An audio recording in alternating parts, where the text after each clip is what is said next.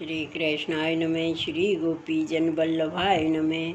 श्री महाप्रभु वल्लभाधीश जी की 84 बैठक चरित्र 22वीं बैठक चरित्र मानसरोवर माखन पोस्टमार्ट जिला मथुरा। मानसरोवर पर आप 3 दिन विराजे, श्री भागवत का पारायण किया। एक दिन अर्धरात्रि के समय सब सेवक आपके साथ थे। तब दामोदर दास ने देखा तो श्री आचार्य जी महाप्रभु आप वहाँ पर नहीं हैं। एक प्रहर पश्चात पुरुषोत्तम कांति स्वरूप का दर्शन दिया। दामोदर दास ने कहा, महाराज आज अनिर्वचनीय सुख मिला, अद्भुत दर्शन हुआ। पीछे आपने आज्ञा की दमला। आज स्वामी जी ने गाढ़ा खूब मान किया था, वह मान मोचन कराकर श्री स्वामी जी को श्रीनाथ जी के पास पधरा कर आया हूँ। वह दर्शन दामोदर दास को हुआ। अन्य वैष्णव तो निंद्रा के अधीन थे। उसके पश्चात श्री आचार्य जी महाप्रभु लोहवन रावल श्री बलदेव जी महावन चिंतारण घाट तथा ब्रह्मांड घाट स्नान कर रमण स्थल होकर कूप में स्नान कर उत्तलेश्वर घाट यशोदा घाट गोविंद घाट होकर बाद में श्री गोकुल की बैठक में आकर विराज गए। जन्माष्टमी का उत्सव श्री गोकुल में किया। वृक्ष में चादर बांधकर श्री आचार्य जी महाप्रभु ने श्री नवनीत प्रिय जी को पालने में झुलाया था। सभी को रतन जड़ित पालने में दर्शन करवाए। वहाँ गोपी ग्वाल श्री नंदराय जी तथा श्री यशोदा जी ने प्रकट दर्शन दिए। वहाँ बड़ा नंद महोत्सव हुआ। जब वे स्वरूप पुनः पधारने लगे तब श्री नंदराय जी और यशोदा जी ने श्री आचार्य जी से कहा, कुछ वरदान मांगो।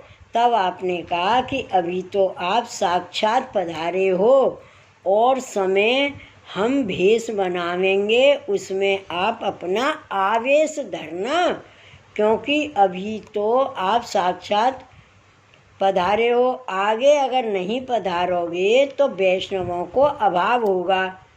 तब सभी स्वरूपों से ने अस्तु कहा।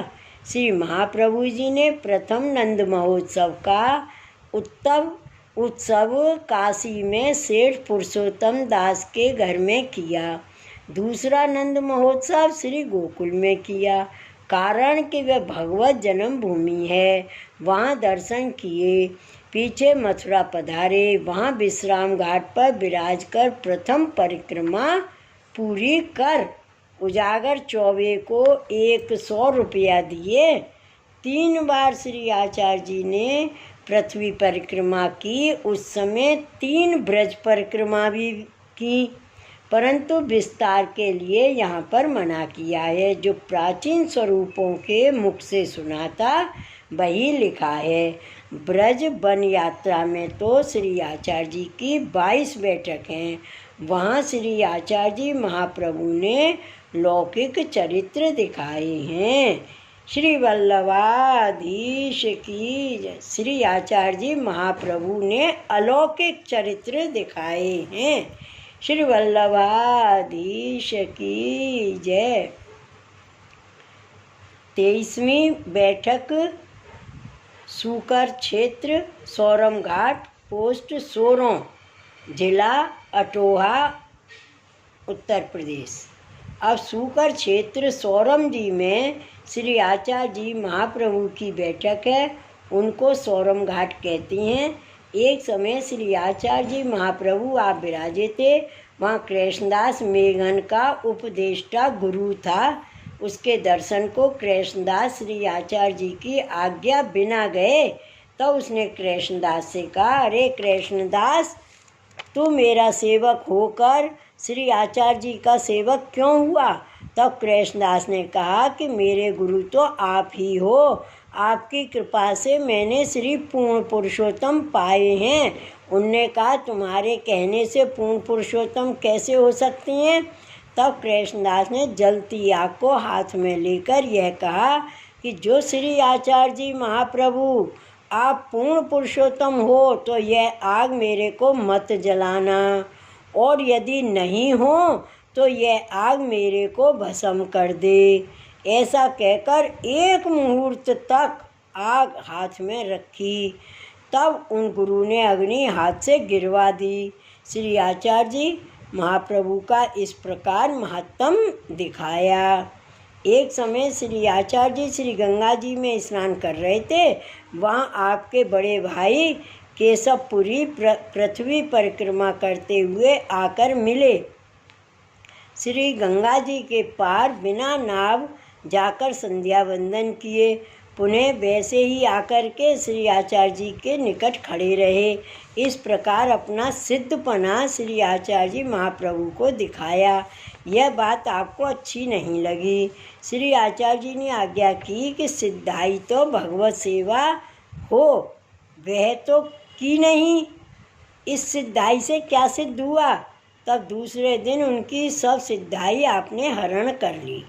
जब दूसरे दिन फिर वे वैसे ही गंगा पार जाने लगे तब डूबने लगे। इस कारण श्री आचार्य जी का नाम लेकर पुकारने लगे। उस समय श्री आचार्य जी महाप्रभु गंगा किनारे पर संध्या वंदन कर रहे थे। उस समय वहाँ से आपने अपनी भुजा फैलाकर श्री गंगा जी की मध्य धारा में से केशवपुरी को आप तट पर निकाल कर लाए। यह चमत्कार देखकर केशवपुरी श्री आचार्य जी महाप्रभु के चरणों में गिर गए और कहा कि आप तो ईश्वर के अवतार हो। यह चरित्र श्री आचार्य जी महाप्रभु ने सौरम घाट की बैठक में प्रकट किया। विशेष छठी बैठक में 23 बैठक तक का वर्णन 84 कोस की परिक्रमा में सकल वर्णन आता है। इसके लिए श्री ब्रज यात्रा वर्णन पुस्तक का अवलोकन करना चाहिए। श्री वल्लभाधीश की जय। श्री गोवर्धन नाथ की जय। जय जय श्री गोखलेश, जय जय श्री गोखलेश।